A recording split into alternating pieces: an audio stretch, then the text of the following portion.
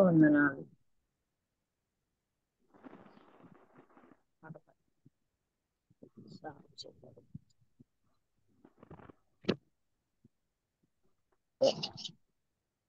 మాకు తోడుగా నీవుంటివి జీవిత యాత్రలో, మాకు తోడుగా నీవుంటివి జీవిత యాత్రలో. మమ్ము విడువని మా దేవా, నిండు మనసుతో వెంబడించేదం. మమ్ము విడువని మా దేవా, నిండు మనసుతో వెంబడించేదం. మాకు తోడుగా నీవుంటివి జీవిత యాత్రలో, మాతో కూడా ఉందునంటివి మారని మా దేవా. మాతో కూడా ఉందునంటివి మారని మా దేవా. పరము చేరుకు దేవా మమ్ము నడిపెదవు, పరము చేరు వరకు దేవా మమ్ము నడిపెదవు. మమ్ము విడువని మా దేవా, నిండు మనసుతో వెంబడించేదం. మాకు తోడుగా నీవుంటివి జీవిత యాత్రలో, మాకు తోడుగా నీవుంటివి జీవిత యాత్రలో. శత్రువు మాపై చెలరేగినా కృంగదీయ చూడగా, శత్రువు మాపై చెలరేగగా కృంగదీయ చూడగా, యెహోవా నిస్సిగా మాకుండి విజయమిచ్చితివే. యెహోవా నిస్సిగా మాకుండి విజయమిచ్చితివే. మమ్ము విడువని మా దేవా, నిండు మనసుతో వెంబడించేదం. మాకు తోడుగా నీవుంటివి జీవిత యాత్రలో, మాకు తోడుగా నీవుంటివి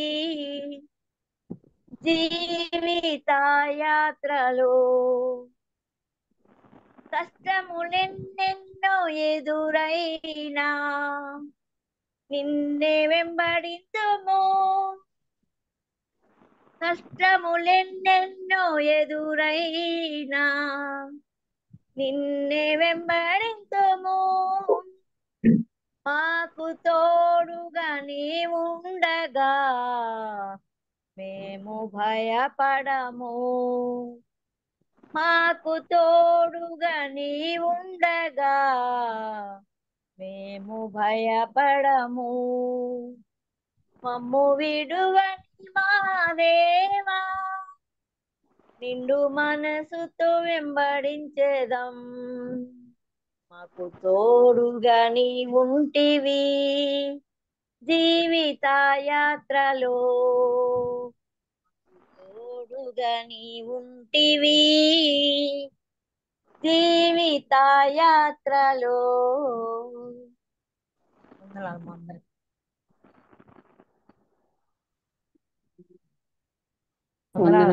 నిజంగా దేవుడు మనకు తోడుగా ఉండి ఆయన నడిపించబట్టి శత్రువుల మీద మనకి యెహోవా నిస్సి జయం అనుగ్రహించారని మంచి పాట పాడి దేవునామ మహింపరిచిన అన్నపూర్ణమ్మ గారికి వందనాలు చెల్లిస్తున్నామండి. వందనాలమ్మా. ఇప్పుడు మన మధ్యలో ఉన్న వాణి అక్క గారు వైజాగ్ నుండి మనకు వాక్యాన్ని అందిస్తారు. మన పరిచయమైన అక్కే చక్కగా మనకు జూమ్ లో చాలా సార్లు వాక్యం చెప్పారు. అలాగే అనంతపూర్ కూడా వచ్చారు అక్క రీసెంట్ గా. సో అక్క మనకి వాక్యాన్ని అందిస్తారు. అక్క వాణక్క. వందనాలండి. వందనాలు సిస్టర్, అందరికీ వందనాలు. నాకు ఈ అవకాశం ఇచ్చిన కేజీ ఆంటీకి కూడా ప్రత్యేకమైన వందనాలు. మరి ఈ దినం లేఖన భాగాలు చదువుకుందాం. సమూయేలుకు రాసిన మొదటి గ్రంథము 4వ అధ్యాయము 19 నుంచి 22 వరకు చదువుతున్నాను. ఏలీ కోడలగు ఫినెహాసు భార్యకు అప్పటికి గర్భం కలిగి కనుప్రొద్దులై ఉండగా దేవుని యొక్క మందసం పట్టబడిననియు తన మామయు తన పెనిమిటియు చనిపోయారనియు ఆమె విని నొప్పులు తగిలి మోకాళ్ళ మీదకి కృంగి ప్రసవమాయెను. ఆమె మృతి నొందుచుండగా దగ్గర నిలిచి ఉన్న స్త్రీలు ఆమెతో భయపడవద్దు, కుమారుని కంటివనిరి. కాని ఆమె ప్రత్యుత్తరం ఇయ్యకయు లక్ష్య పెట్టకయు నుండినదై దేవుని మందసము పట్టబడినదన్న సంగతి తన మామయ్యు పెనిమిటియు చనిపోయిన సంగతిని తెలుసుకొని ప్రభావం ఇశ్రాయేలీల్లో నుండి పోయినని చెప్పి తన బిడ్డకు ఈకాబోదు అని పేరు పెట్టెను. దేవుని మందసం పట్టబడిపోయినందున ప్రభావం ఇశ్రాయేలీల్లో నుండి చెరపట్టబడిపోయినని ఆమె చెప్పెను. చిన్న ప్రార్థన చేసుకుందాం. మహాపరిశుద్ర, ప్రేమ నమ్మకం కలిగిన దేవా, దయగల ప్రభా, నీకే లెక్కలేని వందనాలు, స్తుతులు, స్తోత్రాలు చెల్లిస్తున్నాం. ఈ సాయంత్రకాల సమయంలో నీ సన్నిధానంలోనికి రావడానికి మీరు ఇచ్చిన గొప్ప ధన్యతను బట్టి నేను స్తుతిస్తున్నాం తండ్రి. నాయనా, ఎంతైనా మహిమ కలిగే దేవుడు తండ్రి, ఆశ్చర్యకరుడివి, ఆలోచనకర్త, బలవంతుడగు తండ్రి, నిత్యుడగు దేవుడు, సమాధానాధిపతి ప్రభుడు ప్రభా, నీ సన్నిధిలో ఇది సాగిల పడుతున్నాం. ఇదిగో యుగ యుగాలకి సజీవమైన దేవుడు, అల్ఫా ఒమేగా అయిన దేవుడు తండ్రి, మృతుడినైతిని గాని నాయనా ఇదిగో నేను సజీవమైన దేవుడు అని అంటున్నావు ప్రభా తండ్రి. నీ సన్నిధిలోనికి వస్తున్నాం. నీ కృప బాహుల్యం మా పట్ల కనపరుస్తారమ్మని వేడుకుంటున్నాం. నిలబడి నేను అశక్తురాలని, జ్ఞానం లేని దానిని ప్రభా, నా మాటలు వట్టి మాటలు, పనికిరాని మాటలు, ఎవరికి ప్రయోజనకరమైన మాటలు కాదు ప్రభా. మీరు మాట్లాడండి. నీ సిలువ చాటు నన్ను మరుగుపరిచి నీ నోటికి బోరుగా వాడుకునండి. ఏ మాటలు మాకు అవసరమో, ఏ మాకు సిద్ధపాటో దిద్దుబాటో ప్రభా, మీరు అక్కడ దినానికి నిన్ను మహిమపరచడానికి ఈ లోకంలోని మేము ఎలా జీవించాలో మాకు నీ మాటల ద్వారా నేర్పిస్తారమ్మని వేడుకుంటే కొద్ది సమయం మీరు మాతో ఉండి మహిమ గంత ప్రభావములు పొందుకుంటూ మా ప్రభుడును రక్షకుడు ఆయన యేసుక్రీస్తు నామమున మిక్కిలి వినయ విధేయతలతో విశ్వాసంతో అడిగి వేడుకుంటున్నాం తండ్రి. ఆమేన్. ఇక్కడ చూస్తాము మొదటి సమయాలు 4వ అధ్యాయం 19 నుంచి 22 వచనాలు చదువుకున్నాం కదండి. వినిపిస్తుందండి అందరికి? వినిపిస్తుందమ్మా. వినిపిస్తుంది లేక. ఇక్కడ ఫినెహాస్ భార్య గురించి తెలుసుకుంటాం మనం. ఈమె మంచి దేవునితో సహవాసం కలిగిన స్త్రీగా చూస్తాం, మంచి ప్రార్థనా పర్రాలుగా చూస్తాం, దైవ భక్తి కలిగిన స్త్రీగా మనం చూస్తున్నాం ఈమెని. అయితే నీతి మంతురాలు. అయితే ఈమె గురించి పరిచయం చేయబడతా వస్తుంది. ఏమనంటే ఏలీ కోడలగు ఫినెహాసు భార్య అని చెప్తున్నారు కదా. ఏలీ కోడలగు. ఏలీ ఎవరు? గొప్ప దైవజనుడు, భక్తిపరుడు, ప్రధాన యాజకుడుగా ఇశ్రాయేలీలకి ప్రధాన యాజకుడిగా ఉండి అక్కడ పరిచర్య చేసిన దైవజనుడిగా మనం చూస్తాం. అంతేకాదు, హన్నా ప్రార్థించడానికి వచ్చినప్పుడు ఆమెని ధైర్యపరిచి నువ్వు కోరినట్టే నీకు అవును కాక అని చెప్తాడు. అక్కడ ఏమని మాట్లాడతాడంటే, నీ సేవకురాలనైనా నేను నీ దృష్టికి కృప నొందుదును గాక అని. ఆ తర్వాత స్త్రీ దారిన వెళ్ళిపోయి అక్కడ కాదు, ముందు వచనాలు ఉంటాయి చూడండి. ఇక్కడ 1వ అధ్యాయము 17వ వచనం మధ్యలో నుంచి, ఇశ్రాయేలు దేవునితో నీవు చేసుకున్న మనవి ఆయన దయచేయును గాక అని ఆమెతో చెప్పెను. ఆయన చెప్పినట్టు జరిగింది. అంటే అతను దేవునితో మంచి సహవాసం కలిగిన వ్యక్తిగా, ప్రార్థనాపరుడుగా, ఒక గొప్ప దైవజనుడుగా, ప్రజల క్షేమం కోరేవాడుగా మనము ఏలీ గారిని చూస్తా ఉన్నాం కదా. ఆ దైవజనునికి తగిన కోడలుగా ఈమెని చూస్తాం మనం. ఆ దైవజనునికి కాళ్ళు. కాకపోతే ఇక్కడ ఫినెహాస్ భారీగా ఇంట్రడక్షన్ చేస్తున్నారు మనకి. ఎందుకంటే అక్కడ ఓఫ్ని ఫినెహాస్ ఇద్దరు అన్నదమ్ములు ఉన్నారు.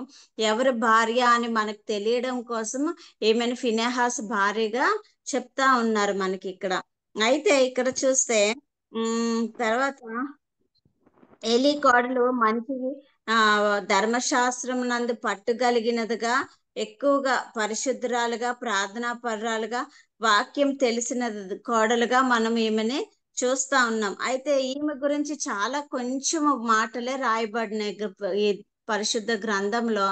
అయితే కానీ ఈమె గురించి మనం ఇంకా ఎక్కువగా ధ్యానిస్తే, లోతుగా ధ్యానిస్తే చాలా నేర్పిస్తుంది. ఈమె జీవితం ద్వారా మనకి ఎన్నో పాఠాలు నేర్పిస్తున్నట్టుగా చూస్తా. అయితే ఈమె పేరు రాయబడలేదు, కానీ ఈమె క్రియలు మాత్రమే రాయబడ్డాయి. చాలా మంది పేర్లు ఈ జీవ గ్రంథంలో పరిశుద్ధ గ్రంథంలో రాయబడలేదు కదా. అవును, ఎవరు సారేపతి విధవరాలని, ఇంకా ఎవరు షూనేమీరాలు, ఇస్రాయేలు చిన్నది, చాలా మంది ఆ పేర్లు లేవు, కానీ వారి యొక్క క్రియలు మాత్రమే మనం చూస్తా ఉన్నాం. ఈమె గురించి తెలుసుకోవడానికి ముందు ఈమె భర్త అయిన ఫినెహాస్ గురించి మనం తెలుసుకుందాం. ఈ ఫినెహాస్ అనే పేరుకి అర్థం ఏంటంటే దేవుని వాక్యము జాలిగా మాట్లాడేవాడు. ఇంకా ఏంటంటే దేవుని లేఖనాల ప్రకారం నడుచుకునేవాడు, భవిష్యత్తు చెప్పేవాడంట. అతని పేరుకి తగినట్టుగా ఏ ఒక్క లక్షణం కూడా ఫినెహాస్ లో మనము చూడము. అయితే ఈ బైబిల్ గ్రంథంలో ఫినెహాస్లు ఇద్దరు ఉన్నట్టుగా మనం చూస్తాం. ఇద్దరు ఫినెహాస్లు ఉన్నారు. ఒకరు ఎవరంటే ఇంకొకరు అహరోను మనవుడు ఎలియాజర్ కుమారుడైన ఫినెహాసు. ఇక్కడ ఏలీ కుమారుడైన ఫినెహాస్ ని మనం చూస్తాం. అయితే ఇక్కడ చూసినప్పుడు ఇతను ఎలాంటి వాడంటే 2వ అధ్యాయంలోనికి వెళ్దాం. 2వ అధ్యాయంలోనికి 12వ వచనం. ఏలీ కుమారులు యెహోవాని ఎరగని వారై మిక్కిలి దుర్మార్గులై ఉండిరి. ఎలా ఉన్నారండి? యెహోవాని ఎరగని వారు. ఇప్పుడు దైవజనుడు, సేవకుడు మందిరంలో నిలబడుతున్నారు. సేవకుని స్థానంలో, పాస్టర్ స్థానంలో అక్కడ నిలబడి ఆయనకి వాక్యం తెలియదు అంటే ఎట్లా ఉంటది? వాక్యం తెలీదు, దేవుడు తెలీదు అంటే ఎట్లా ఉంటది? ఇక్కడ ఏమంటున్నారు? యెహోవా సన్నిధిలో నుండి దేవుడు తెలియదంట వాళ్ళకి. దేవుడు తెలియకుండానే వాళ్ళు ఏం చేస్తున్నారు? దేవునికి సేవ చేస్తున్నారు. అయితే ఇక్కడ ఇంకో మాట కూడా చూస్తాం చూడండి. దేవునికి తెలియకుండానే వారు భక్తి చేస్తున్నట్టుగా చూస్తాము. అయితే ఇంకో ఆఖరి మాట చూస్తాం చూడండి, 17వ వచనము, 2వ అధ్యాయము, సమూయేలుకు రాసిన మొదటి గ్రంథము 2వ అధ్యాయం 17వ వచనం. అందువలన జనులు యెహోవాకు నైవేద్యం చేయుట యందు అసహ్యపడుటకు ఆ యవ్వనులు కారణమైరి గనుక వారి పాపము యెహోవా సన్నిధిని బహు గొప్పదాయను. మొదటిది ఏం చూస్తామండి? మిక్కిలి దుర్మార్గులైరి. ఫస్ట్దేంటి? యెహోవాని ఎరగని వారు. రెండోదేంటి? మిక్కిలి దుర్మార్గులు. మూడోదేంటి? యెహోవా సన్నిధిని వారి పాపము బహు గొప్పదాయనంట, బహు గొప్పదాయను. అయితే వీరి గురించి ఇంకా తెలుసుకోవాలంటే అక్కడే చూస్తాం చూడండి. దేవుని తెలియకుండానే వీళ్ళు దేవుని మందిరంలో సేవ చేస్తున్నారు అంటే వీళ్ళలో ఏం లేదు? దేవుని భయం లేదు, భక్తి లేదు, ధర్మశాస్త్రము తెలియదు, మందసం పట్ల మందసం అంటే ఏంటో అసలు తెలియని స్థితిలో వారు, దుర్మార్గమైన స్థితిలో, మూర్ఖత్వంతో, అతి హృదయ కాఠిన్యంతో, ఇంకా క్రొవ్విన వారుగా ఉంటారా, క్రొవ్విన వారుగా, క్రొవ్వు పెట్టుకున్న వారైనట్టుగా ఉన్నారు అని కూడా లేఖనాలు ఉంటాయి అక్కడ ముందు. అయితే అలాంటి వారు ఇక్కడ ఏం చేస్తున్నారు? సేవ చేస్తున్నారు. అంటే యాజకుల స్థానంలో ఉన్నారు. దేవుడు తెలియకుండానే వాళ్ళు యాజకుల స్థానంలో ఉన్నట్టుగా చూస్తాము. అయితే ఇక్కడ ఇంకోటి ఏంటంటే వీరు ఎక్కడున్నారు? ప్రత్యక్ష గుడారం దగ్గర ఉన్నారు. ప్రత్యక్షపు గుడారం అంటే ఆవరణం ఉంటది, తర్వాత ఏముంటది? పరిశుద్ధ స్థలం ఉంటది, అతి పరిశుద్ధ స్థలం ఉంటది. ఈ మందసం ఎక్కడుంటది? అతి పరిశుద్ధ స్థలంలో ఈ మందసం ఉన్నట్టుగా మనము చూస్తాం. అవును, దేవుని మందిరంలో వీళ్ళు ఉన్నారు. ఎలా ఉన్నారు? యెహోవా తెలియని వారుగా ఉన్నారు, బహు దుర్మార్గులుగా ఉన్నారు. అవును, మన యవ్వన బిడ్డలు కూడా యెహోవా సన్నిధికి వస్తున్నారు, ఆదివారం ఆరాధనకు వస్తున్నారు కదా. తల్లిదండ్రుల బలవంతం మీదో ఇష్టం మీదో అయ్యో ఆదివారం వెళ్ళకపోతే ఏమవుతుంది, దేవుడు కోపగిస్తాడనో ఏదో ఒక దాని నెపంతోని మందిరానికి ఇష్టంతోనో అయిష్టంతోనో వస్తున్నారు. కానీ వాళ్ళు మందిరంలో ఎలా కూర్చుంటున్నారు? మందిరంలో చివరికి వెళ్ళిపోతున్నారా? వెనాకాలకి వెళ్ళి ఆ సెల్ ఫోన్లు మొబైల్ చూసుకుంటూ ఆ మొబైల్లో చాటింగ్లు చేసుకుంటూ దేవునితో సంబంధం లేదు, అక్కడ చెప్పిన దైవజనుడు వాక్యంతో సంబంధం లేదు. ఏదో తల్లి రమ్మంది కదా, తండ్రి రమ్మన్నారు కదా, రాకపోతే ఇంట్లో గొడవ తిడతారు, ఎందుకు వచ్చిన గొడవ, వచ్చి గంట సేపు కూర్చుంటే అయిపోయిందనే బలవంతంతో వచ్చిన వారు ఎలా ఉంటున్నారు? అయ్యో, క్రైస్తవ పిల్లలే, దేవుని పిల్లలే, సేవకుల పిల్లలే, కనీసం వాక్యం తెలీదు, ప్రార్థన తెలీదు, పాట పాడడం తెలీదు. ఎంతమంది పిల్లలు ఇలా ఉంటున్నారండి? ఒకసారి ఆలోచించేద్దాం. ఎప్పుడో ఓఫ్నీ ఫినేహాసుల గురించి కాదు గాని ఈ జీవ గ్రంథం, ఈ బైబిల్ గ్రంథం అప్పుడు మాట్లాడుతా వచ్చింది, ఇప్పుడు మాట్లాడుతా వచ్చింది, తర్వాత కూడా మాట్లాడుతా ఉంటది ఎప్పుడు. అందుకే దీన్ని జీవ గ్రంథం, పరిశుద్ధ గ్రంథం అన్నారు. దేవుడు మన దేవుడు ఎవరండి? మాట్లాడే దేవుడు కదా. అవును, మన పిల్లలు వాళ్ళు ఎలా ఉన్నారో ఓఫ్నీ ఫినేహాస్ గురించి చెప్పుకోవడం కాదు కానీ మన జీవితాలు, మన కుటుంబాలు, మన భర్తలు, మన బిడ్డలు ఎలా ఉన్నారు దేవుని సన్నిధిలో? దేవుని ఎరగని వారుగా ఉన్నారా? క్రైస్తవుల కుటుంబంలోనే ఉన్నవారే, అయ్యో తల్లిదండ్రులు సేవ చేస్తున్న వారే, విశ్వాసులే, కానీ సరైన దేవునితో సహవాసం లేని వారుగా, ప్రార్థనా జీవితం లేని వారుగా, వాక్యం తెలియని వారుగా ఉన్నట్టుగా మనం చూస్తా ఉన్నాం కదా. అయితే ఇక్కడ మన అంశం ఇది కాదు కానీ భార్య గురించి చెప్పాలనేది ఇంట్రడక్షన్ మాత్రం ఇస్తున్నాను. ఇక్కడ ఈ మందసం ఎక్కడ ఉండాలి? అతి పరిశుద్ధ స్థలంలో ఉండాలి. అయితే వీళ్ళు ఏం చేస్తున్నారు? ఎక్కడే చూడండి, ఓఫ్నీ ఫినెహాసులు చూస్తే వారు తిండిబోతులుగా చూస్తాము, తర్వాత వ్యభిచారులుగా చూస్తాం. అక్కడ అర్పణ తెచ్చినప్పుడు వాళ్ళు ఏం చేయాలి?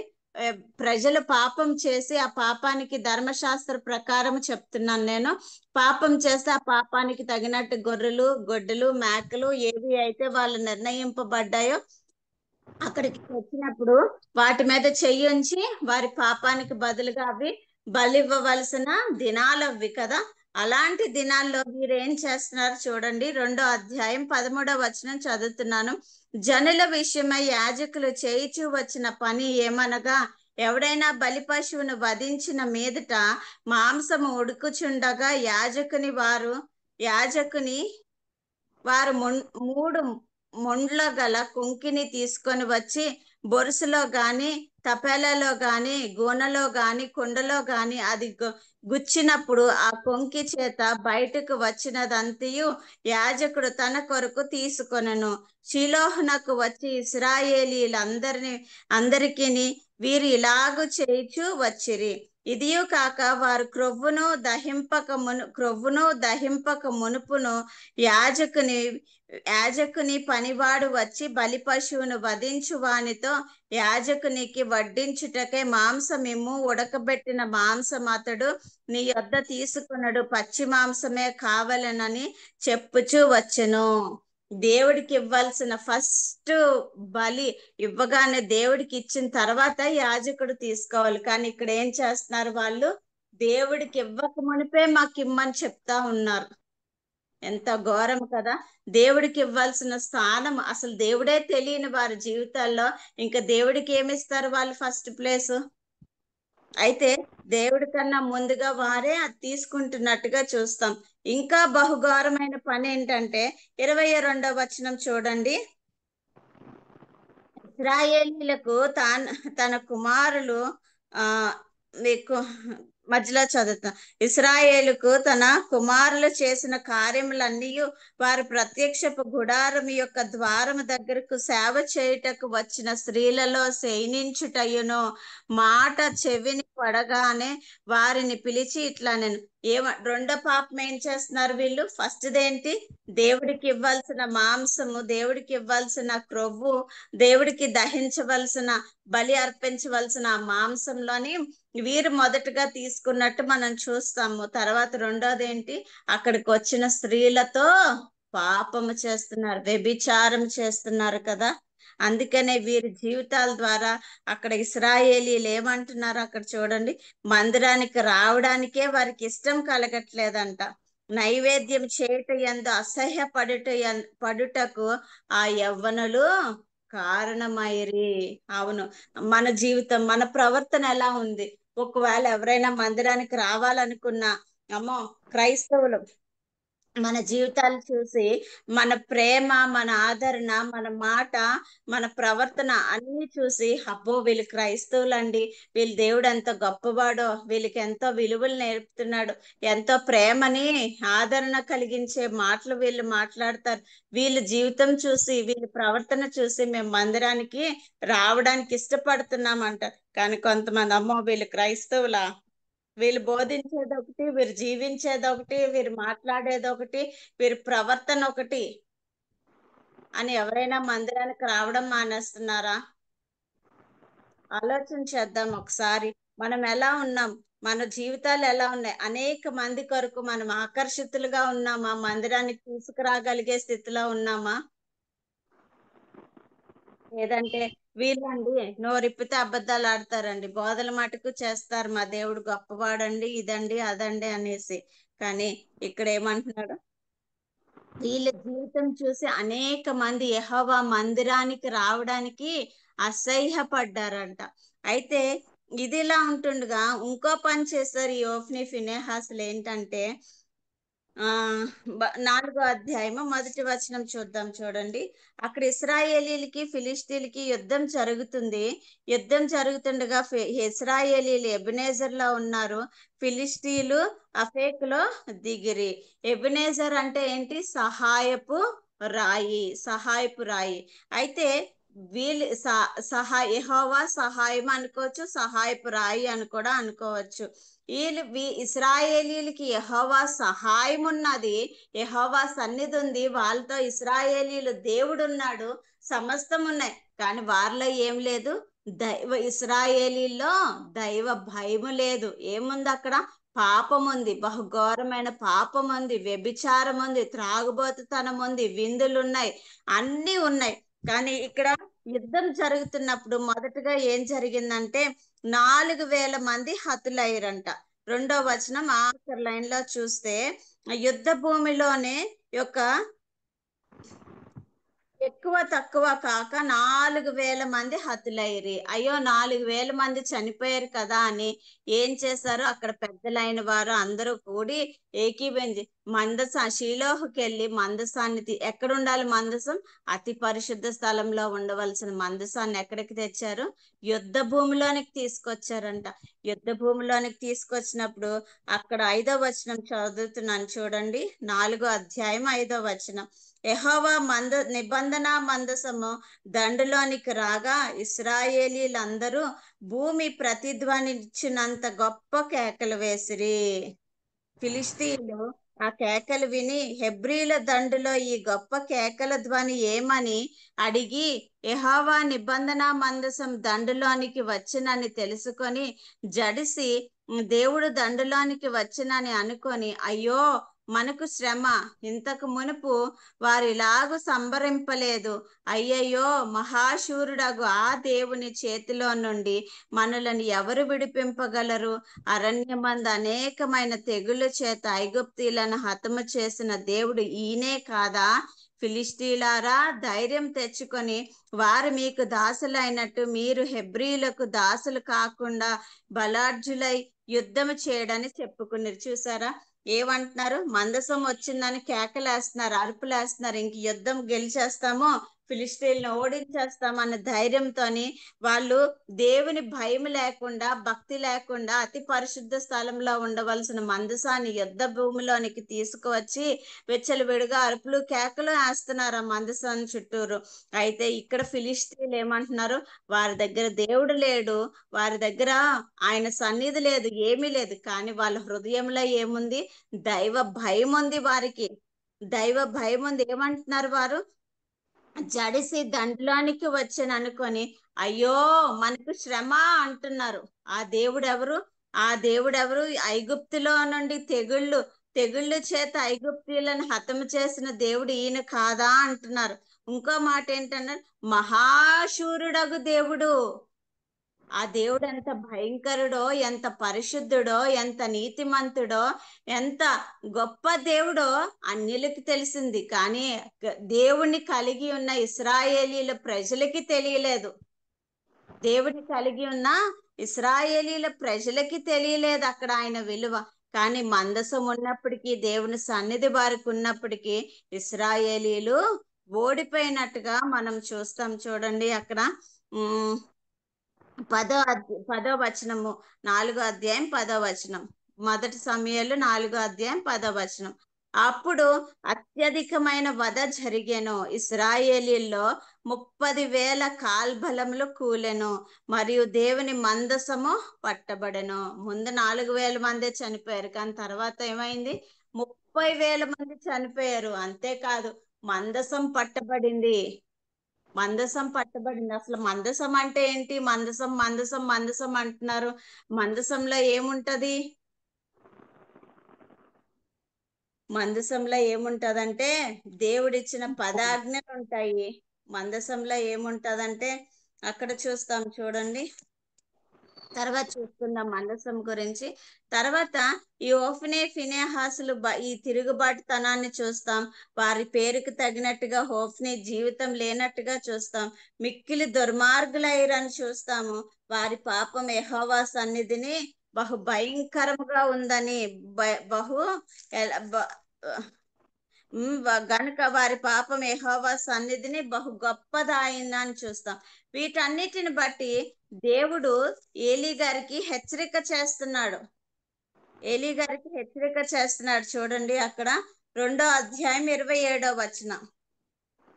2వ అధ్యాయం 27వ వచనం.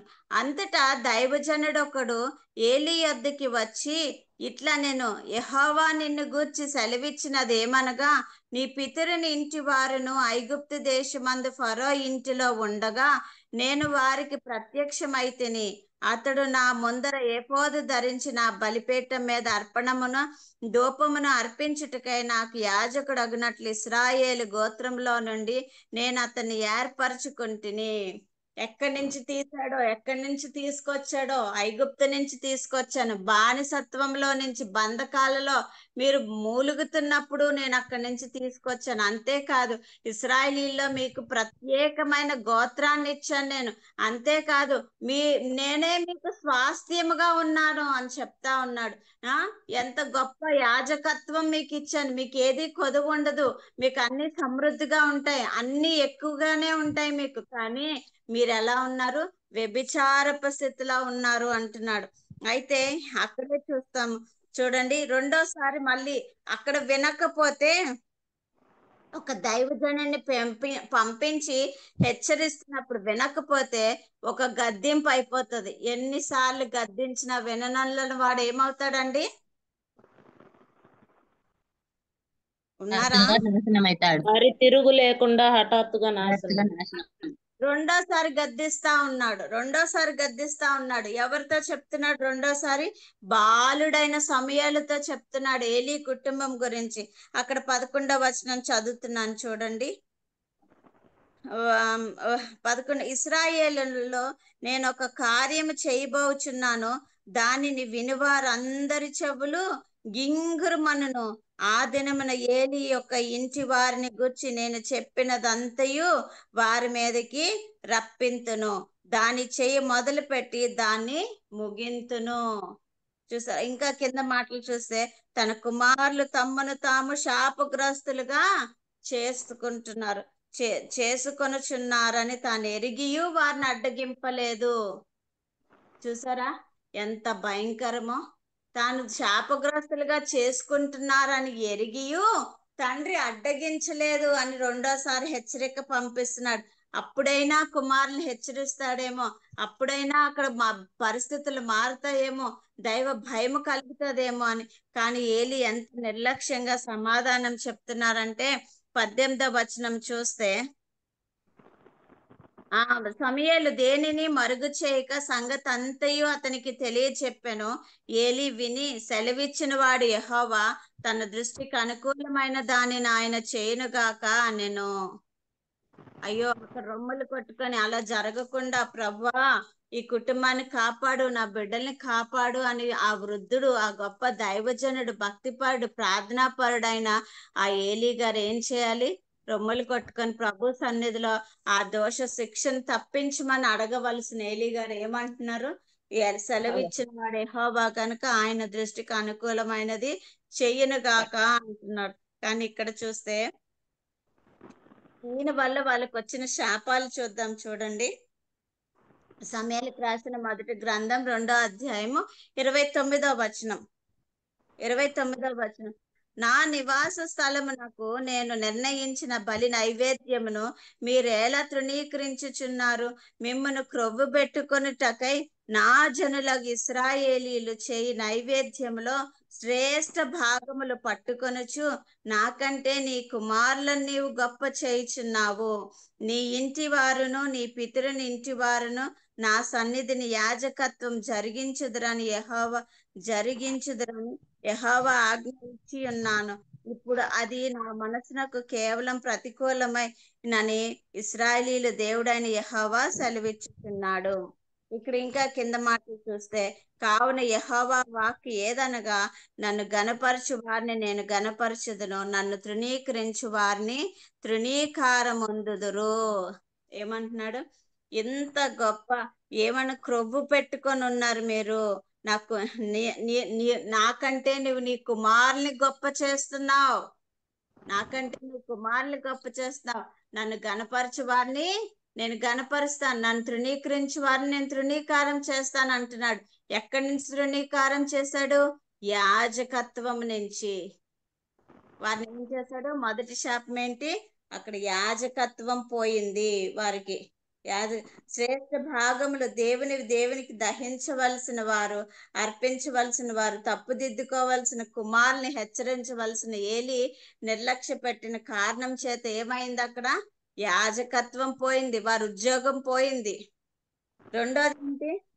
అక్కడే చూస్తాం. చూడండి, 31వ వచనం చూస్తే, యెహోవా ఇశ్రాయేలీయులకు చేయదలిచిన మేలు విషయంలో నా నివాస స్థలమునకు అపాయం కలుగగా నీవు చూతువు. ఎప్పటికీ నీ ఇంట ముసలివాడుండడు.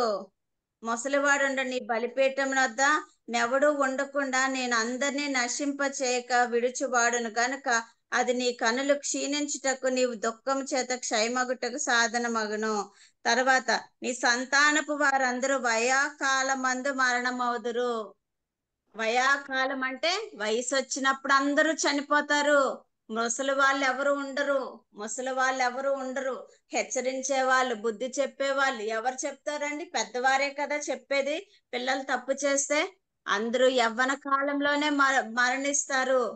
పూర్ణ వృద్ధులు ఎవరు ఉండరు అని అక్కడ చెప్తా ఉన్నాడు అక్కడ. అయితే మూడోదిగా చూసుకుంటే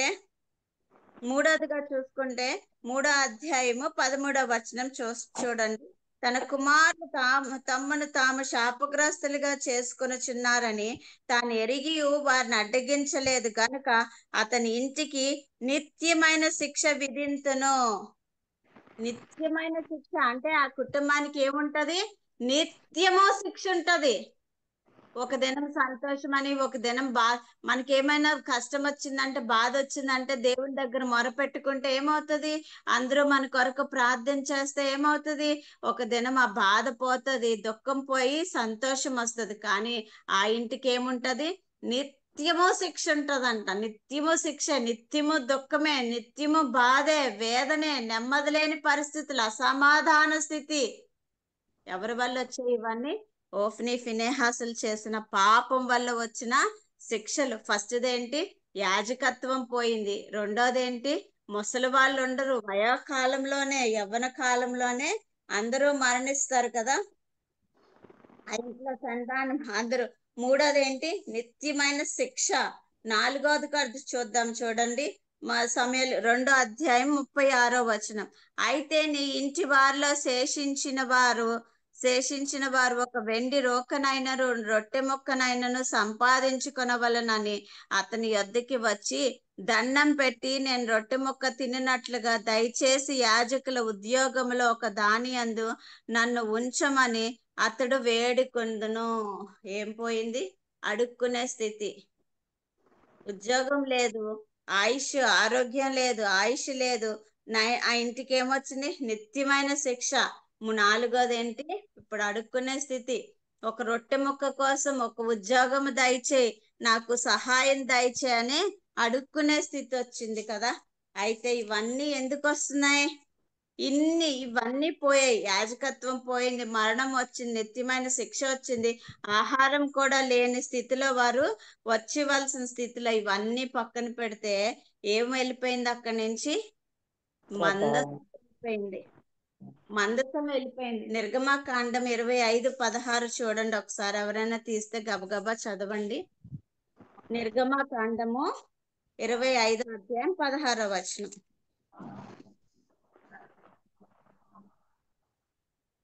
ఆ మందసములో నేను నీకిచ్చు శాసనములో నుంచవలెను. ఆ మందసంలో ఏమున్నాయి? శాసనాలు. శాసనాలు అంటే 10 ఆజ్ఞలు, దేవుని వాక్యం ఉంది అందులో. తర్వాత 21వ వచనం, నేను నీకిచ్చు శాసనం ఆ మందసములో ఉంచవలెను. అక్కడ నేను నిన్ను కలుసుకొని కరుణాపీఠం మీద నుండి శాసనములు గల మందసం మీద నుండి 2 కేరూబుల మధ్య నుండి నేను ఇశ్రాయేలీల నిమిత్తము మీకు ఆజ్ఞాపించు సమస్తమును నీకు తెలియచెప్పేదను. ఎక్కడి నుంచి మాట్లాడుతున్నారు? మందసం మీద నుంచి, కరుణాపీఠం మీద నుంచి నేను మాట్లాడతాను. ఇప్పుడు ఏమైపోయింది? దేవుని మాటలు లేవు, వాక్యం లేదు, ప్రార్థన లేదు, సహవాసం లేదు, అక్కడ వెలుగే లేదు, మందసమే లేదు. ఏమైపోయింది? ఇశ్రాయేలీల మధ్యన చీకటి వచ్చేసింది కదా. అక్కడ దావీదు అంటున్నారు 119వ కీర్తనలో ఏమంటున్నాడు? దావీదు, నా బాధల్లో ఇదే నాకు నెమ్మది కలుగు చేస్తుంది అంటున్నారు కదా. నీ ధర్మశాస్త్రం అనుసరించి నడుచుకుంటే నాకు అవమానం లేదు అని చెప్తున్నాడు కదా. ఇంకేంటి? నీ ధర్మశాస్త్రం, నీ వాక్యము నా పాదములకు దీపము అని చెప్తున్నాడు. ఆ దీపం లేదు, ఆ వెలుగు లేదు. ఇశ్రాయేలీలో ఏం లేదు, ఆ మందసమే లేనట్టుగా మనం చూస్తాం కదా. అయితే ఇక్కడ చూస్తే దేవుని వాక్యం లేదు, మాటలు లేవు కదా. అయితే ఇక్కడ చూస్తాం కదా, ఈ మందసం యొక్క విలువ తెలిసినదిగా ఉన్నది. ఎవరు? ఫినెహాసు భార్య. ఆ మందసం పట్టబడిందన్న మాటలు మాత్రమే ఆమె చెవులు వినపడుతున్నాయి. అక్కడ చెప్తున్నారు, గర్భవతి అయి విని నొప్పులు తగిలి మోకాళ్ళ మీద కృంగి ప్రసవ వేదన అయినంట.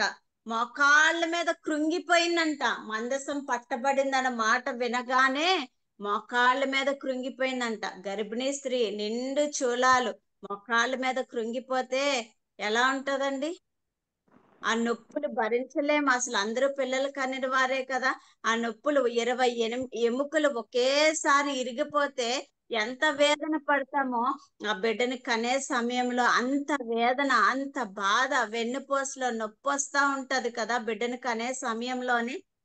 కానీ ఆమె బాధ, ఆ నొప్పులు పడి బిడ్డని కనే బాధ కన్నా ఆమె హృదయం ఇంకా ఎక్కువ బాధతో నిండిపోయిందంట. ఏంటి ఆ బాధ? మందసం పట్టబడింది. మందసం పట్టబడితే, అయ్యో నా ప్రజలు మందసం ఉన్నప్పుడే అవిధేయులుగా ఉన్నారే, దేవుడు ఉన్నప్పుడే అంధకారంలో ఉన్నారే, అయ్యో దేవుడు ఉన్నప్పుడే వారు ఇంకా చీకటి పనులకి అలవాటు పడిపోయిన వారుగా ఉన్నారే, అయ్యో ఇప్పుడు దేవుడు లేకపోతే ఎలా? ఆ దేవుడే లేకపోతే, ఆ మందసమే లేకపోతే ఇంకా భ్రష్టత్వంలోనికి వెళ్ళిపోతారు, ఇంకా ఎక్కువ పాపంలోనికి వెళ్ళిపోతారు, ఇంకా ఎక్కువ నాశనానికి వెళ్ళిపోతారు. ఎవరి ఆధీనంలో దేవుని వాక్యం ఇంట్లో లేకపోతే, మన హృదయంలో లేకపోతే ఎవరి ఆధీనంలోనికి వెళ్ళిపోతాం? ఆ దుష్టుడి యొక్క ఆధీనంలోనికి వెళ్ళిపోతాం. ఆ సాతాను చెప్పే క్రియలకి ఆధీనంలోనికి మనం వెళ్ళిపోతాం కదా. అవును, మందసం ఎక్కడుంది? 2 సమూయేలు గ్రంథం 6వ అధ్యాయం 10వ వచనం చూస్తే, యెహోవా మందసం 3 నెలలు ఓ గిత్తీయుడైన ఒబేదెదోము ఇంట్లో ఉంది. ఒబేదెదోము ఇంట్లో ఉంది. ఏమైంది? ఒబేదెదోము ఆశీర్వదించబడ్డాడు. ఆ ఇంటి వారందరూ కూడా ఆశీర్వదించబడినట్టుగా మనం చూస్తాం కదా.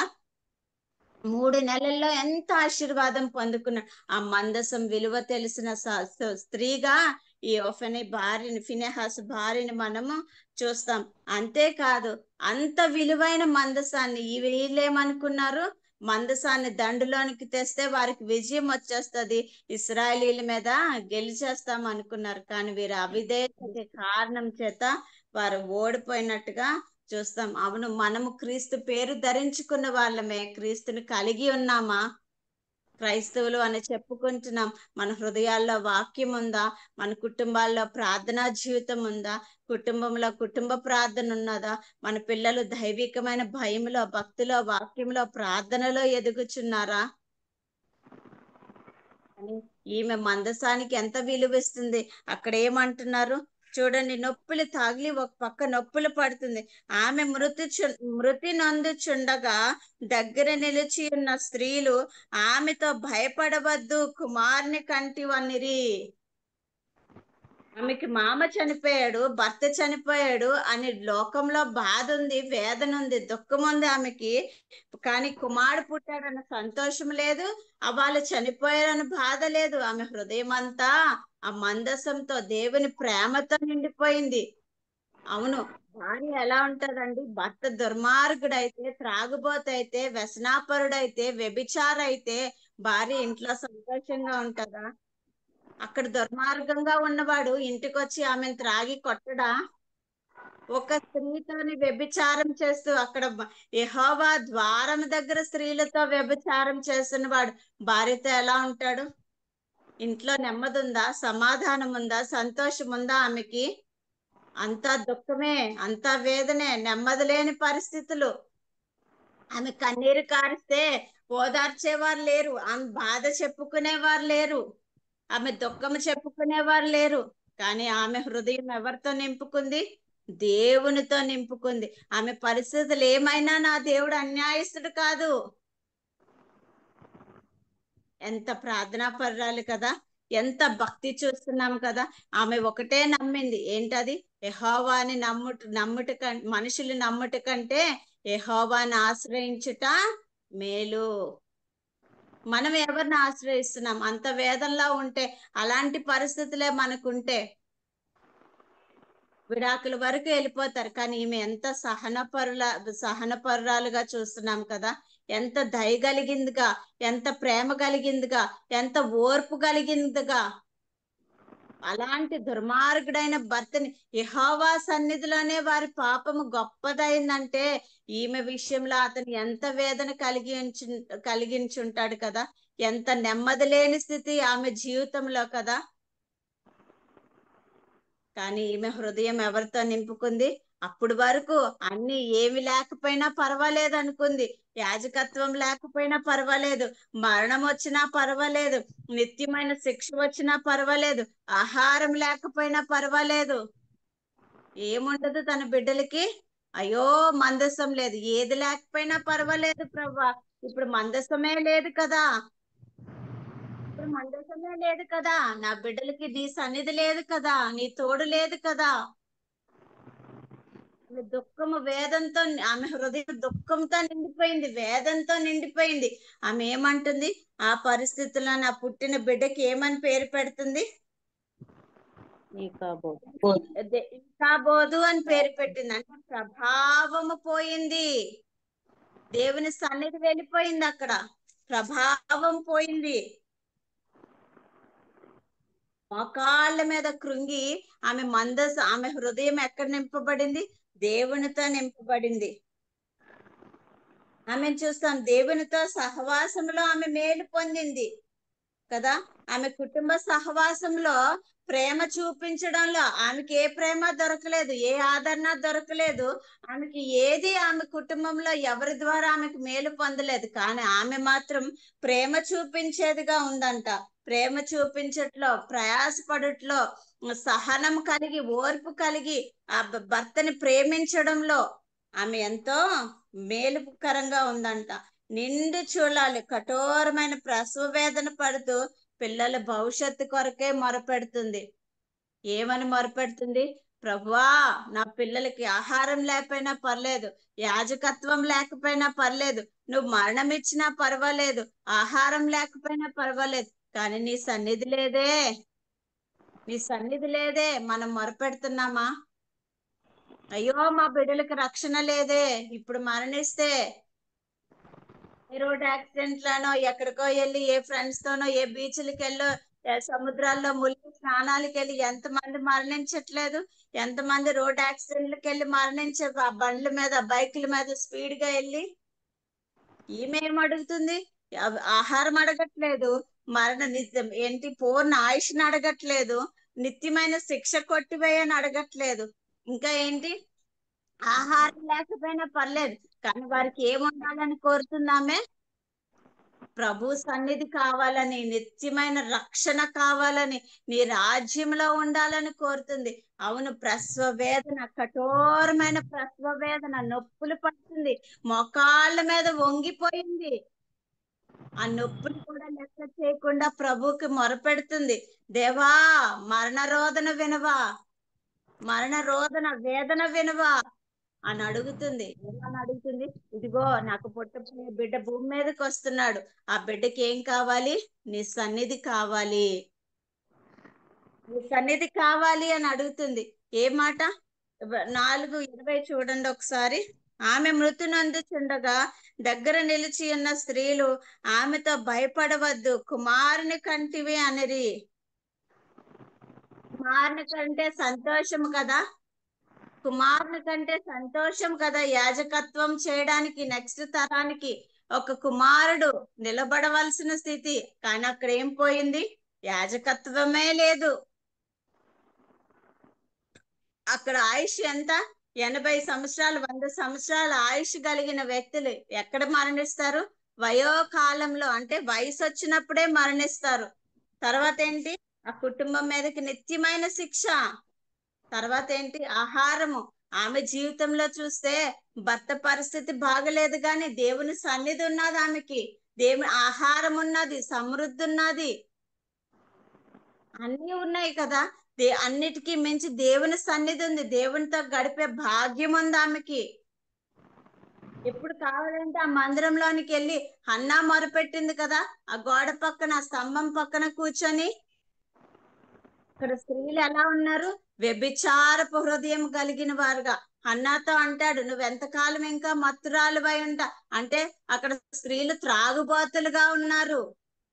కానీ ఈమె ఎలా ఉంది? భర్తలుగా ఉన్నప్పుడు ఈమె కూడా ఎలాగైనా ఉండొచ్చు కదా, కానీ ఈమె ఎలా ఉంది? ఈమె ప్రభు హృదయంతో, ఈమె హృదయం అంతా ప్రభుతో సంధించబడతా ఉంది. ధర్మశాస్త్రం ఎరిగినదిగా ఉన్నది, వాక్యం తెలిసినదిగా ఉంది, ఈమె ప్రార్థనా పర్రాలుగా ఉంది, ఈమె నీతి మంత్రాలుగా ఉంది కదా. అయితే అక్కడ అడుగుతా ఉంది. ఇంకా ఏమంటున్నారు? నిర్గమాకాండం చూడండి. నిర్గమాకాండం 20వ అధ్యాయం 5, 6 వచనాలు తీయండి. నిర్గమాకాండము 20వ అధ్యాయము.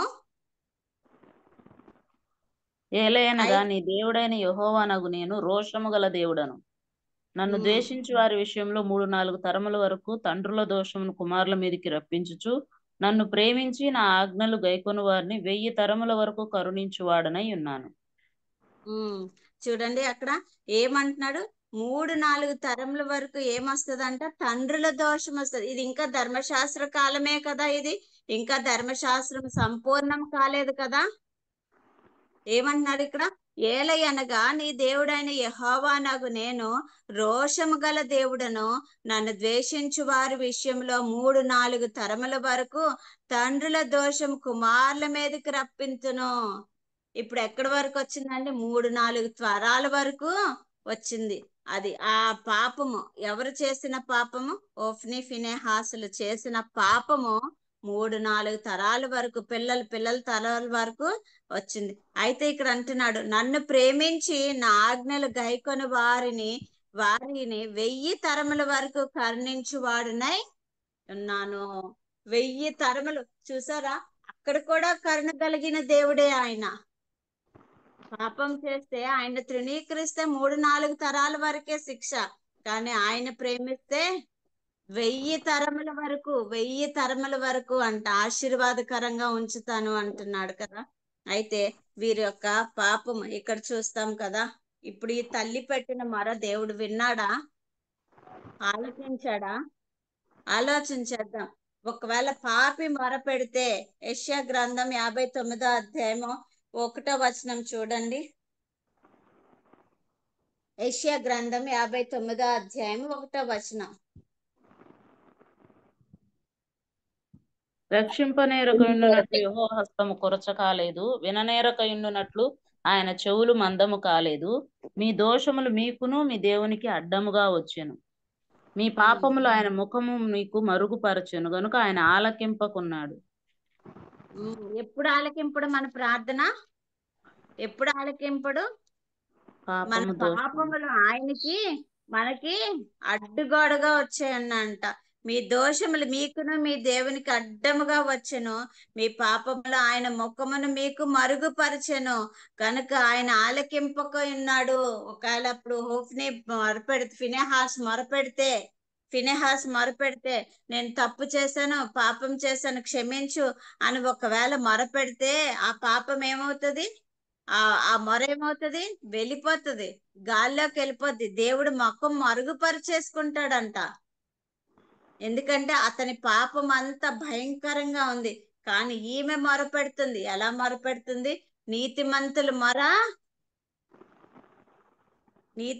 మొర దేవుడు ఆలకిస్తాడు కదా.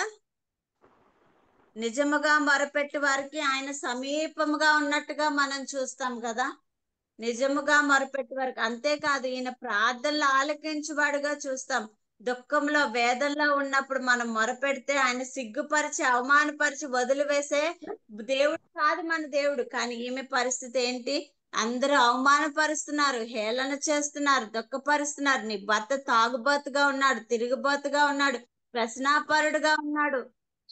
ఎన్ని అవమానాలు కదా, ఎన్ని నిందలు, ఎంత సిగ్గు. ఒక దైవజనుడు ఉండవలసిన స్థానంలో, ఒక దైవ భక్తి కలిగిన స్థానంలో ఉండవలసిన తన పురుషుడు ఎలా ఉన్నాడు? దేవునికి అవమానకరంగా ఉన్నాడు. కానీ ఈమె జీవితం ఎలా ఉంది? దేవుడికి ఇష్టముగా, దేవుడు అంగీకార యోగ్యముగా, ఆమె ప్రార్థన ఆలకించేదిగా ఉన్నట్టుగా మనం చూస్తాం. ఇప్పుడు ప్రార్థన ఆలకించాడా లేదా అనేది ఎలా తెలుస్తుంది మనకి? ఎలా తెలుస్తుంది? అక్కడ ఏం పోయింది? యాజకత్వం పోయింది, మరణం వచ్చింది, నిత్యమైన శిక్ష వచ్చింది, ఆహారం కూడా లేదు, ఇంకా ఏంటి? మందసం కూడా లేదు.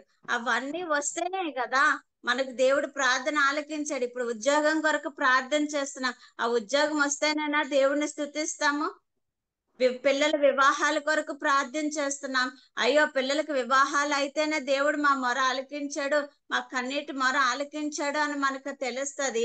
తర్వాత పిల్లల రక్షణ కొరకు, కుటుంబస్తుల రక్షణ కొరకు ప్రార్థన చేస్తున్నాం. వారి రక్షణలోనికి వస్తేనే కదా మనకి అర్థమవుతుంది దేవుడు మన మొర ఆలకించాడని. కానీ ఈవిడేమంటుంది? నేను మరణం అవుచుండగా అంటుంది. ఆమె మరణం అయిపోతున్నాను, నేను కూడా లేను, నువ్వు కూడా లేకపోతే ఎలాగ నా పిల్లలకి? అయ్యో నేను మానవ తల్లినే, నేను లేకపోయినా పర్వాలేదు, వారికి నా అక్కర అంతగా ఏమీ అవసరం లేదు, కానీ నీ సన్నిధి లేకపోతే వారు ఎక్కడికి వెళ్ళిపోతారు? నిత్య నాశనానికి వెళ్ళిపోతారు, నిత్య నరకంలోనికి వెళ్ళిపోతారు అనే ఆమె మొరపెడతా ఉంది కదా. ఇప్పుడు చూద్దాం ఆమె మొర వినపడిందో లేదో ఒకసారి చూద్దాం. చూడండి, సమూయేలుకు రాసిన మొదటి గ్రంథము 14వ అధ్యాయము 14వ అధ్యాయము 3వ వచనం. షిలోహులో యెహోవాకు యాజకుడగు ఏలి యొక్క కుమారుడైన ఫీనెహాసుకు పుట్టిన ఈకాబోదు యొక్క సహోదరుడైన అహీటూబునకు జననమైన అహీయా ఏఫోదు ధరించుకుని అక్కడ ఉండెను. యోనాతానుకు వెళ్ళిన సంగతి జనులకు తెలియకూడదు. చాలు. ఏఫోదు ఎవరండి ఇక్కడ ఉండింది? షిలోహులో యెహోవాకు యాజకుడగు ఏలి యొక్క కుమారుడైన ఫినెహాసుకు పుట్టిన ఇకాబోదు యొక్క సహోదరుడైన అహీటూబునకు. ఇకాబోదు సహోదరుడు అంటే ఇకాబోదు పుట్టినప్పుడు వాళ్ళమ్మ చనిపోయింది. అంటే ఇకాబోదు అన్న ఎవరు? ఈ అహీటూబునకు జననమైన అహియా ఏఫోదు ధరించుకొనెను. చూసారా ఎక్కడి వరకు ఉండింది ఈ శాపము? 3-4 తరాల వరకు ఉన్న శాపము. తల్లి యొక్క మరణ వేదన విన్న దేవుడు కదా. తల్లి యొక్క మరణ వేదన విన్నాడు. తన బిడ్డలకి ఏం కావాలని కోరుకుంది? దేవుని సన్నిధి కావాలని, దేవుని పరిశుద్ధ స్థలంలో తన బిడ్డలు ఉండాలని, దేవునికి యాజకత్వం చేసే స్థానంలో తన బిడ్డలు ఉండాలని, ప్రభు పాదాల దగ్గర తన బిడ్డలు ఉండాలని కోరుకుంది. దేవుడు ఏమిచ్చాడు? యాజకత్వం ఇచ్చాడు. యాజకత్వం ఇస్తే ఏమైంది అక్కడ? చూడండి, యాజకత్వం వచ్చింది. యాజకత్వం వస్తే ఏమైంది? ఆహారం వచ్చింది కదా. ఇంకా అడుక్కోవలసిన పరిస్థితి లేదు. వారి జీవితాల్లో వెలుగు వచ్చింది, దేవుని వాక్యం వచ్చింది, ప్రార్థనా జీవితం వచ్చింది, దేవునితో సహవాసం చేసే జీవితం వచ్చింది. అయితే ఇంకోటి ఉంది, ఏంటది? మరణం వచ్చింది. మరణం అంటే వయోకాలంలో మరణిస్తారు. నిత్యమైన శిక్ష కొట్టివేయబడింది అక్కడ. యాజకత్వం వచ్చిందంటే ఏమైంది? నిత్యమైన శిక్ష కొట్టివేయబడింది. అవును, మనం పాపులుగా ఉన్నప్పుడే, మనం లోకంలో దేవునితో సహవాసం లేని వారుగా, దేవునికి శత్రువులుగా ఉన్నప్పుడే దేవుడు మన కొరకు ప్రాణం అర్పించాడు ఆ కల్వరి సిలువలో కదా. మనకు బదులుగా శిక్ష అనుభవించి ఆ కల్వరి ప్రేమలో ఒక్క మాట సెలవిస్తే చాలు మనకు రక్షణ వచ్చేది. కానీ అలా రక్షణ ఇవ్వలేదు, కానీ క్రియారూపకంగా తన ప్రేమనంతటినీ కనపరిచాడు. ఆ యెరూషలేము వీధుల్లో రక్తసిక్తమై ఏరులై ప్రవహిస్తున్న ఆ రక్తము, ఆ మొయ్యలేని ఆ కల్వరి సిలువ పాప భారాన్ని మోస్తూ, ఇదిగో లోక పాపము మోసుకొని పోవచ్చిన దేవుని గొర్రెపిల్ల అని వాక్యం సెలవిస్తుంది. అవును, నాకు బదులుగా, నీకు బదులుగా ఆ సిలువలో మరణించిన ఆ ప్రభువు కదా. తల మీద మొండ్ల కిరీటం, ఒక చెయ్యి ఇరిగి ఒక ఎముక పక్కకి వెళ్తేనే ఎంత వేదన, ఎంత బాధ. ఆ ఎముకలన్నీ ప్రాణము తప్పాడు కదా. అయ్యో, శరీరం అంతా కొరడా దెబ్బలతో చీల్చబడింది, రక్తసిక్తమైపోయి, పక్కలో బల్లెపు పోటు, నోటిలో చేదు చిరక. అయ్యో దేవా దేవా, నన్నేలా చేవిడిచిత్తు అన్నంతగా ఆత్మ సమర్పణ కదా. అయినా ఏమంటున్నాడు? నా కొరకు ఏడొకడు, మీ కొరకు, మీ పిల్లల కొరకు ఏడవమన్న ప్రభు ప్రేమ. అనిత్యమైన శిక్ష నుంచి మనల్ని తప్పించిన దేవుడు ఎక్కడికి వారసులుగా చేశాడు? నిత్య నరకంలో యుగ యుగాలు మండుచు మొరపెట్టవలసిన మనల్ని నిత్య రాజ్యానికి వారసులుగా చేశాడు. 1 పేతురు పత్రికలో ఉంటది కదా, ఏమంటే 2:9లో ఉంటది. మీరు మీ సొత్తు కారు, విలువ పెట్టి కొనబడిన వారు. మనము దేవుని నామమునకు విలువ పెట్టిన కొనబడిన వారం. ఎవరమే మనము? చీకటిలో నుంచి గుణాతిశయములు ప్రచురము చేయి నిమిత్తము యాజకులుగా మనం చేయబడ్డాం. చూడండి ఒకసారి ఆ మాట, 1 పేతురు పత్రిక 2వ అధ్యాయం 9వ వచనం.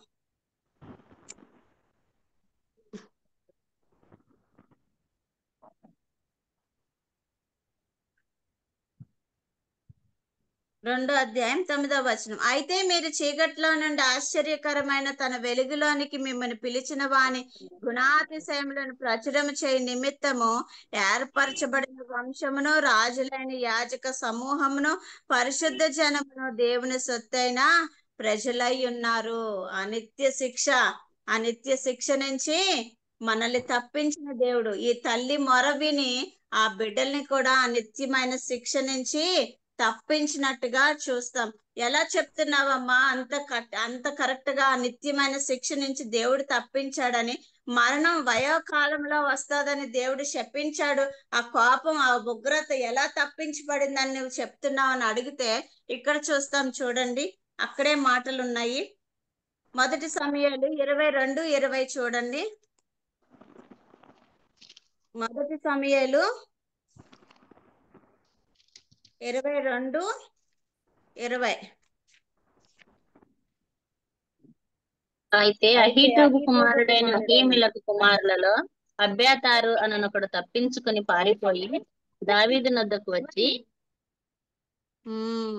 ఇక్కడ చూడండి ఏమంటే యుద్ధం జరుగుతుంది. అక్కడ యుద్ధం జరుగుతున్నప్పుడు ఇందాక మనం చదువుకున్నాం కదా, ఈ అబ్యాతారు ఎవరు?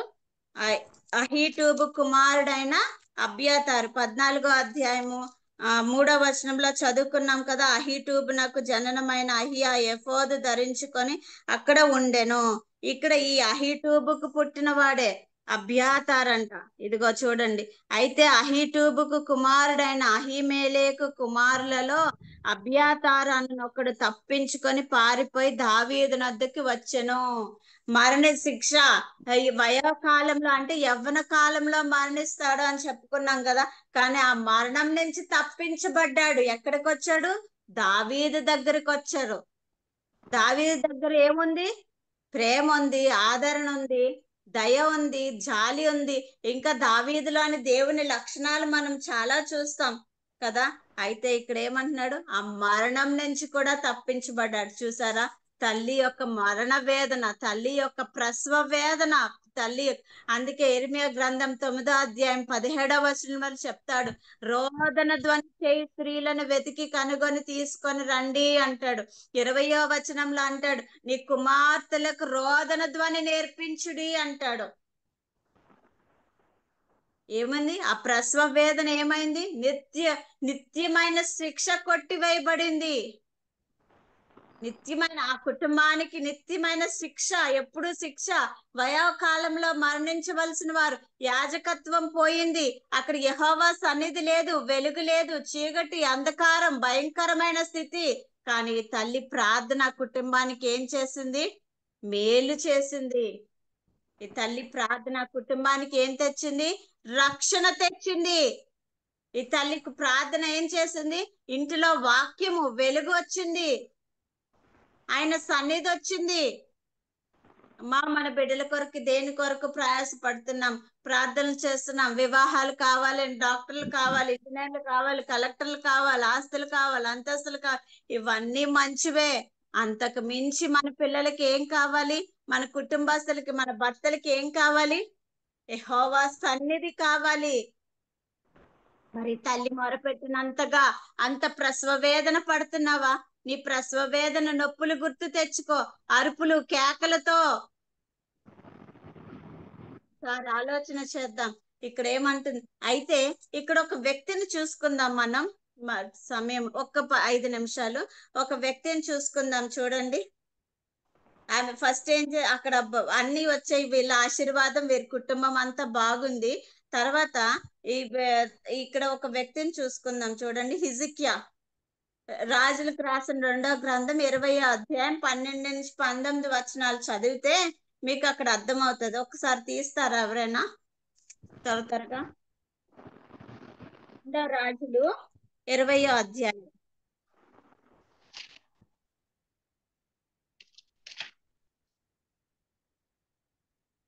12వ వచనం. ఆ కాలమందు బబులోను రాజును బలదాను కుమారుడు నైన బెరోదక్ బలదాను హిజ్కియా రోగి అయిన సంగతిని విని పత్రికలను కానుకను అతని యుద్ధకు పంపగా, హిజ్కియా దూతలు వచ్చిన మాట విని చదివితే టైం అయిపోతుంది అంతా. అయితే ఇక్కడ హిజికియా మరణ రోగం అనుభవిస్తాడు. ఇవన్నీ వాక్యాలు మనందరికీ తెలిసినవే కాబట్టి నేను చెప్తున్నాను. చూడండి, ఇక్కడ హిజికియా మరణ రోగం అనుభవిస్తాడు. దేవుడికి నేను యథార్థవంతుడిని, నేను ఎంత భక్తి చేశానో, ఎంత సేవ చేశానో నువ్వు చూసావు కదా, నాకు ఆయుష్ పెంచమన్నప్పుడు 15 సంవత్సరాల ఆయుష్ హిజికియాకి వస్తుంది. అయితే హిజికియాకి వచ్చిన తర్వాత అక్కడ వాళ్ళు ఎవరు వస్తారంటే, బబులోను బలాదాను కుమారుడైన అది ఇక్కడ బెర్దోగర్బాలను హిజికియా రోగి వాళ్ళు వస్తారు, ఎక్కడ బబులోన్ నుంచి ఆ ప్రజలు వస్తారు హిజికియా దగ్గరికి అతన్ని పలకరించడానికి వస్తే అది హిజికియా ఒక రాజ మందిరము కట్టడాలు అన్ని మొత్తం అక్కడ ఉన్నవన్నీ సమస్తం చూపించేస్తాడు. చూపించినప్పుడు ఇక్కడ ఒక మాట అంటాడు చూడండి, నా 15వ వచనం చదువుతున్నాను. అక్కడ అడుగుతాడు హిజికియా, అయితే హిజికియా బబులోను దూరదేశం నుండి వారు వచ్చి ఉన్నారని చెప్పాను, నీ ఇంటిలో వారు ఏమేమి చూచిరని అతడు అడగగా హిజికియా, నా పదార్థములలో దేనిని మరుగు చేయక నా ఇంటిలోనున్న సమస్తమును నేను వారికి చూపించి ఉన్నాను నేను. అంతటా యెషయా హిజికియాతో ఇట్లా నేను, యెహోవా సెలవిచ్చిన మాట వినుము, వచ్చు దినములలో ఏమీ మిగలకుండా నీ నగరునందున్న సమస్తమును నేటి వరకు నీ పితరులు సమకూర్చి దాచిపెట్టినదంతయు బబులోను పట్టణమునకు ఎత్తుకొని పోబడునని యెహోవా సెలవిచ్చుచున్నాడు. మరియు నీ గర్భమందు పుట్టిన నీ పుత్ర సంతానమును బబులోను రాజు నగరునందు నపంసకులుగా చేయుటకే వారు తీసుకొని పోవుదురు. అందుకు హిజికియా, నీవు తెలియజేసిన యెహోవా ఆజ్ఞ చొప్పున జరుగుటయే మేలు. నా దినములలో సమాధానము సత్యము కలిగిన ఎడల మేలే కదా అని యెషయాతో అనెను. చూసారా, ఈ తల్లి ఏం చేసింది? అక్కడ మరణం వచ్చిందని, అక్కడ నిత్యమైన శిక్ష వచ్చిందని, ఇంకా అక్కడ ఏమొచ్చింది, ఆహారం లేని స్థితి వచ్చిందని తెలియగానే ఈ తల్లి ఏం చేసింది? మరణ వేదనతో ప్రభుకి మొరపెట్టింది. ఆ బిడ్డని, ఆ పుట్టిన ఆ పసి కందుని ప్రభు చేతిలో పెట్టింది. ప్రభు చేతిలో పుడుతూనే ప్రభుకి అప్పగిచ్చింది. ఇదిగో నేను మరణిస్తున్నాను, నేను ఉండట్లేదు, నా బిడ్డలు నీ చేతికి అప్పగిస్తున్నానని. కానీ ఇక్కడ ఈ రాజు ఏం చేస్తున్నాడు? నా స్థితిలో నేను పరిపాలించిన సమయంలో సమాధానం ఉంటే చాలు, తర్వాత ఎలాగైపోయినా నీ బిడ్డలు నపంసకులు అయిపోతారు ఆ బబులోను దేశానికి వెళ్ళి అన్నా కూడా ఆ రాజులో ఏం లేదు, పశ్చాత్తాపం లేదు. అతను మరణిస్తాడంటే ఎంత దుఃఖము వేదన పడి ఎంత కన్నీరు కార్చి ఆయుష్ను పొందుకున్నాడు. కానీ ఆ పిల్లల పక్షాన అతనికి ఆ హృదయం లేదు. అవును, వాళ్ళ కుటుంబంలో నుంచి వెళ్ళిపోయిన వాళ్ళే ఈ దానియేలు కదా, రాజుల కుటుంబంలో నుంచి వెళ్ళిపోయిన వాడే ఈ దానియేలు. ఆ బబులోను దేశంలో నపంసకుడుగా చేయబడ్డాడు కదా. చూస్తాం, ఒక తల్లి మరణ రోదన ద్వారా తన కుటుంబానికి రావాల్సిన నిత్యమైన శిక్ష కొట్టివేయబడింది. కానీ నిర్లక్ష్య స్థితిలో ఉన్న తండ్రి కారణం చేత అనేక మంది బబులోను దేశానికి వెళ్ళిపోయి నపంసకులుగా చేయబడ్డారు కదా. అవును, మనకిప్పుడు ఇది పరీక్షా కాలం. యెహోవా దొరకని కాలం ఉంటుందంట, వాక్యం దొరకని కాలము, ప్రార్థనా జీవితం, సహవాసాలు, మందిరాలు లేని సమయం రాబోతుంది. అంత్య దినాల్లో ఉన్నాం, యుద్ధ సమాచారాలు వింటున్నాం, దేవుడు చెప్పినవి ఎన్నో జరుగుతా ఉన్నాయి కదా. మరి మన పిల్లలు ఎక్కడున్నారు? ఇంకా దేవుని తెలియని ఎరగని వారుగా ఉన్నారా? ఆ మరణ రోదన, ఆ ప్రసవ వేదన మనం కారుస్తున్నామా? ఆ నొప్పులు తగిలే బాధ మన బిడ్డల రక్షణ కొరకు మనకుందా?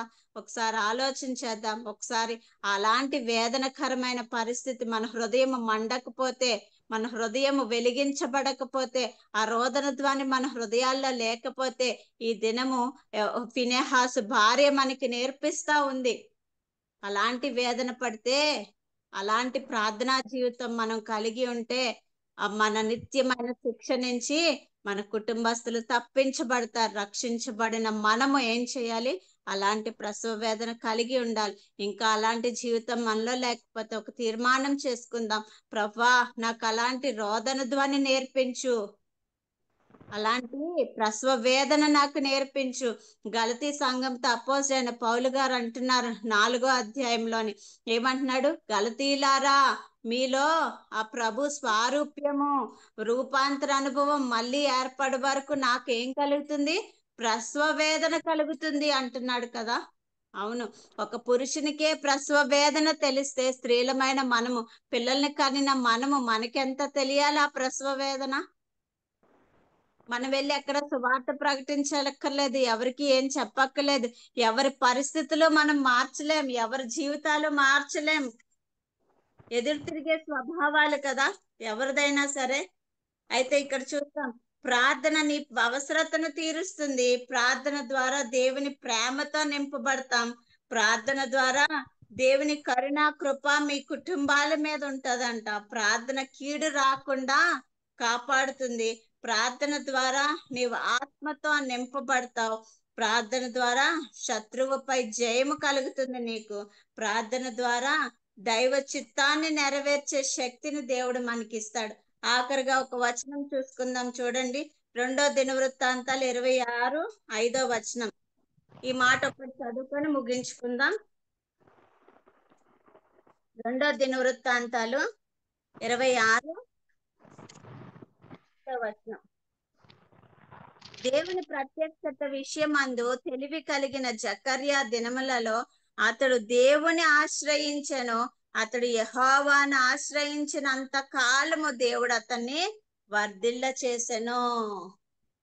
అవును, ఈ స్త్రీ ఫినెహాసు భార్య ఎవరిని ఆశ్రయించింది? దేవుని ఆశ్రయించింది. అందుకే ఆమె పిల్లలు ఏమయ్యారు? వర్ధిల్లారు.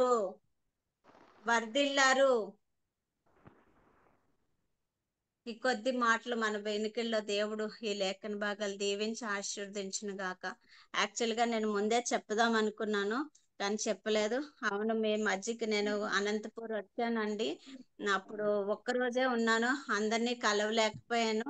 అయితే ఆంటీ చాలా మంచి ఆతిథ్యం ఇచ్చి చాలా ప్రేమతో నన్ను ఆహ్వానించి ఆదరించి చాలా మాటలతో బలపరిచి చేశారు. కానీ స్త్రీల కూడిక జరిగినప్పుడు, స్త్రీల మీటింగ్ జరిగినప్పుడు మీ మధ్యకి రావాలనుకున్నాను, చాలా ఆశపడ్డాను. కానీ మే 1వ తారీఖున చెయ్యి యాక్సిడెంట్ అవ్వటం వల్ల చెయ్యి విరిగి ఆపరేషన్ జరిగి చాలా వేదన పడ్డాను. ఆ 2 నెలలు చాలా, మీలో అందరు చాలా మందికి తెలుసు, చాలా ప్రార్థన చేస్తారు నా కోసం.